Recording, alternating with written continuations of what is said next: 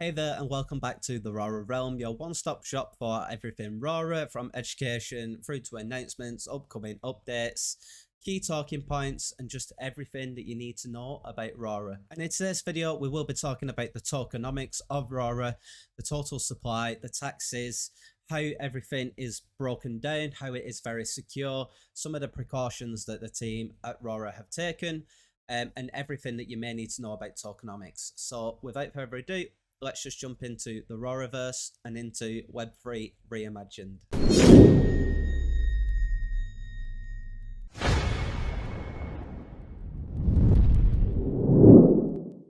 So in the previous video, we spoke about the taxes of Rora. Rora does have a 5% buy tax and a 10% sell tax. Now, sometimes people can be put off by taxes. However, taxes do play such a crucial part of an ecosystem and sustainability of a project moving forward and building into the future. Now, a lot of projects do launch with no taxes whatsoever. More often than not, these projects are launched by people who have quite a lot of funding already. They may receive venture capitalist funding or some external revenue that they can then pump into the project to help with developments and marketing. However, for a grassroots project that have come from pretty much nothing, with no serious backers behind them, no serious influencers who are doing OTC deals, Rora was born out of the opposite end of that, to fight against institutions, fight against corporations, and everything that is wrong with centralization. Rora has started through the grassroots and working its way up to become a mammoth in the space, and more often than not that is extremely hard to do if there is no external funding to help keep the project alive, keep moving forward, keep developments and marketing active. And this is why taxes can be a blessing in disguise. Now, if you are a serial trader, you're in and out all the time, then perhaps a tax token isn't for you. However, if you are there for the long term and you are bullish on a project, you will slowly start to understand how beneficial taxes can be. So in Rora's case, there is a 5% buy tax, which is very moderate in my eyes. 2% of every buy goes straight to the token holders. 1% goes to the Rora treasury, which can be used in various ways, from marketing, development, community incentives, farming, just tons of different things. 1% goes to development, which is obviously very mainly focused on future developments for the project. And then 1% is added to auto liquidity. So 1% of every buy is sold half into BNB and paired with Rora and added straight to the liquidity. So over time, the liquidity is strengthening through the tokenomics and helping the project to create that solid foundation so it can scale at a much better pace. And then there is the 10% sell tax. Some people may think this is too high, however I think it's still beneficial to the project in the long run. And if you are looking to get out, you may, whatever your intentions are, whether they are good or bad, I think giving 10% back to the project to help disperse to auto yields for other members, as well as building the treasury, liquidity and development, it's very key and plays such a huge role within this ecosystem. Over time, I do believe the taxes will be reduced. I don't think they will ever be fully cut out, or not for a long while anyway, but over time the taxes will slowly dwindle down. So in the future it may be a 2% buy tax and a 6% sell tax. This of course will happen once the team have implemented revenue generating features that can help sustain the projects and the ecosystem without having to take more money out of the taxes. So they will be able to reduce those taxes as those generating features come into play. So it's definitely going to get more bullish over time. This is the the entry fee right now. For being early, there is these taxes.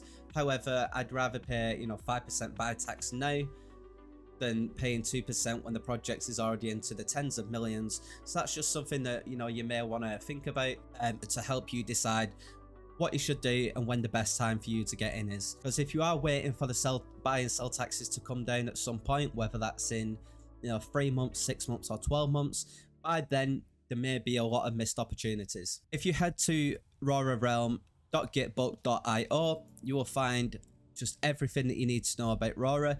Focusing on today's video, we are focusing on the tokenomics, of course. The total supply is 1.2 billion Rora tokens. It started with very little liquidity. This is a fully grassroots project, so the liquidity did start small. It is building very nicely now as the project grows.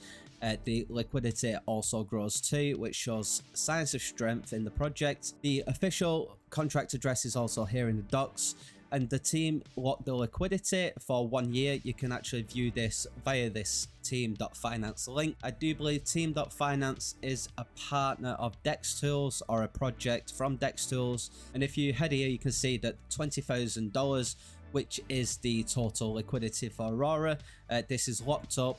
And you can see all the further details. It doesn't actually show that there's any Rora locked in there for some reason, but it definitely is. There's definitely a lockup value. Now, the lock liquidity is at 94% right now. This is because the team locked the initial liquidity around a week into the project, and then this 6% is actually maybe come from some people providing liquidity themselves, but there's not really much point in doing that. So if you're looking to provide liquidity, you're probably best just saving the tokens in your wallet and just enjoying those auto yields. So this 6% difference, I do believe, has actually come from the auto liquidity tax features, which is pretty bullish. Over time, this number will probably dwindle down, but you can be rest assured that this is only because it is bullish for the project, and the rest of the percentage is coming through external liquidity from the project that is coming through the auto liquidity features. And you can also see more information here. It is locked from the owner, and you can see here the unlock countdown. You can also view the taxation if you wish to.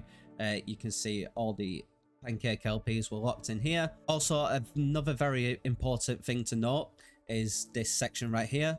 To minimize smart contract risk, we have implemented multi-signature contracts for all important wallets, which will include the 5 core team members as signers. For a transaction to pass through, it needs 3 of 5 confirmations by the team. That is the Rora contract, the marketing treasury, as well as the development team wallet.